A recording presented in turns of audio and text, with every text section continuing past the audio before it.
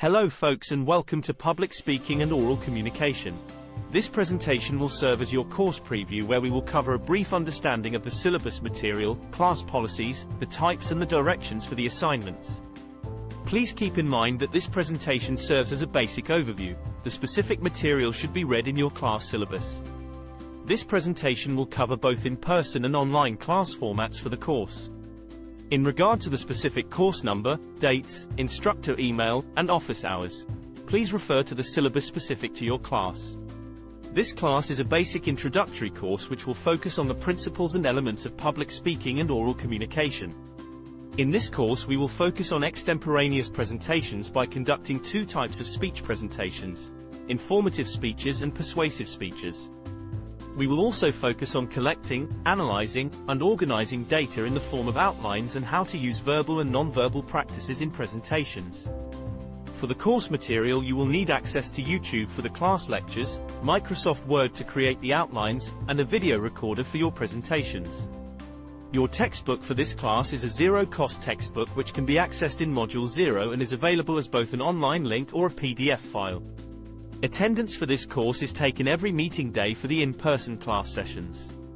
For the online courses, attendance is taken every Sunday and is determined by submitting at least one assignment for that week. In most cases, students who do not attend class for more than 2 weeks in a row will be automatically dropped from the course, but please refer to your class syllabus for the exact guidelines. Students are responsible for checking the course withdrawal and drop dates. During this course we will be focused on a number of outcomes. By the end of the course, you will be able to understand the basic principles of communication theories, create, deliver, and evaluate extemporaneous speeches, and conduct research and formatting in either APA or MLA format. There are also a few classroom policies regarding late work, plagiarism, and accommodations. As for late work, your assignments all have specific due dates and can be turned in late up to 2 weeks past the due date. There is a penalty of 10% taken off the given grade for each day the assignment is late, and any assignments turned in after 5 days cannot receive more than 50% of the given grade. Any assignments not turned in after the 2-week mark will not be accepted. Quizzes and exams cannot be made up if they are missed. Regarding plagiarism and cheating, all work from students is to be original works. If students are caught cheating or plagiarizing, they will be subject to disciplinary actions in accordance with the college regulations. If students need any accommodation for this course, it is the responsibility of the student to arrange those accommodations with the school, who will then inform me of what accommodations are to be. Once I receive the approved accommodations, the students will arrange a meeting with the instructor for the best way to implementing those accommodations. Moving on to the grading system for this course, the scale is based on a point system of 1,000 points. A minimum of 700 points is required to achieve a passing credit grade. Students should refer to the syllabus for the specific grading scale. Now that we have covered the basic information about the syllabus, we will cover the assignments contained in this course. The basic assignments for this class are as follows: practice outlines, practice speeches, formal outlines, formal speeches, quizzes and exams. In Module 0 there is also a syllabus assignment which is used for students to confirm their enrollment in the class, but this is not graded. First, let us cover practice outlines. It is important to know that the precise directions regarding your outlines is found in lecture number 2, so please take the time to listen to that lecture for precise directions. The practice outlines are meant to teach students how to conduct research and organize information specifically for the practice speeches.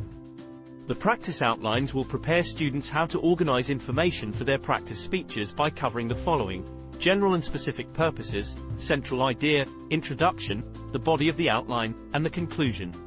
The general and specific purposes focus on what you hope to accomplish in your presentation. The central idea explains what the main points of your presentation will be. The introduction focuses on the general information you will use when beginning your presentation, including your name, title, preview of your main points, and an attention getter. The body of your outline will cover the main points, sub-points, and connectives for your presentation. Lastly, your conclusion will cover the review and clincher of your presentation. One thing to keep in mind for your outlines is to always indent the information to the right. As you can see in the above example how the information is aligned. Be sure your outline is done the same way. There are a total of 3 practice outlines in this course. 2 focus on informative and 1 focuses on persuasion. Each of the practice outlines has an example outline attached to it so students have a reference of what is expected. The practice outlines are directly related to the practice speeches which we will now cover. There are a total of 3 practice speeches, each of which coincides with the 3 practice outlines. In other words, your practice speeches are basically the presentation of your practice outlines. So, in practice speech number 1 you will present your practice outline number 1, and so on. These speeches are meant to prepare students for their formal speech presentations. The practice speeches are completed using video recordings for both in-person and online classes. The video presentations are to be 1 to 2 minutes in length, unedited, using quality recording and sound. When presenting your practice speech, the video should be set up approximately eye level and showing the presenter from the waist up. Students should focus on their posture, eye contact, gestures, and vocalics. As you can see in the example above, your practice speeches should be similar to what you see here so that your verbal and non-verbal cues can be critiqued. Be sure not to sit down when presenting. While presenting, students may use their outlines or index cards, but they are not to use their computer screens for their notes. There is no audience required for the practice speech videos. Moving on to the formal outlines. These outlines coincide with your formal speeches. They are almost identical to the practice outlines with a few exceptions. First, they are formatted specifically to the following speeches: chronological speech, topical speech, persuasion speech, cultural speech, and the final speech. The formal outlines also require a works cited page at the end of the outline, either MLA or APA format. And lastly, citations are required in your outline by putting in parentheses the last name and the date. Above you can see an example. For the chronological outline, the students will choose a person who can be researched and create an outline about the chosen person's life by creating main points regarding their early, mid, and late life. The topical outline will have students choose a specific event, story, idea, practice, ideology, and create an outline where the main points cover specific elements regarding your topic. The persuasion outlines will have students choose between one of 3 outline forms: proposition of fact, proposition of value, or proposition of policy. The choice of the outline will be determined by the subject of the speech chosen. The proposition of fact will use 3 main points which support the claim of the student. The proposition of value will use 2 main points, where the first main point lays down a value system and the second main point makes an argument for their claim. The proposition of policy will also use 2 main points using a problem-solution order, where the first main point presents a problem while the second main point argues for the solution.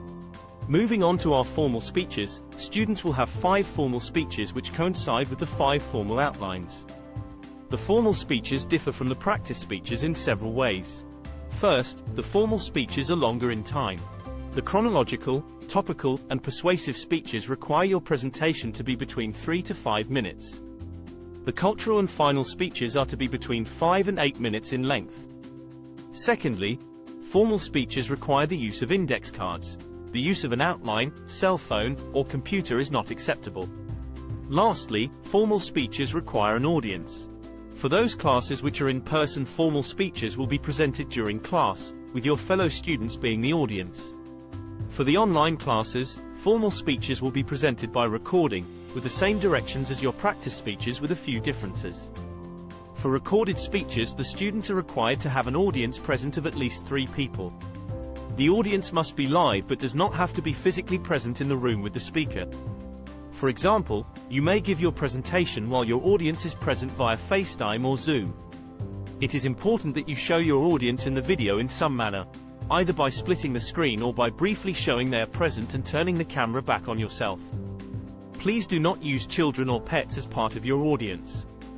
Any formal speeches which do not have an audience will receive an automatic 0 grade.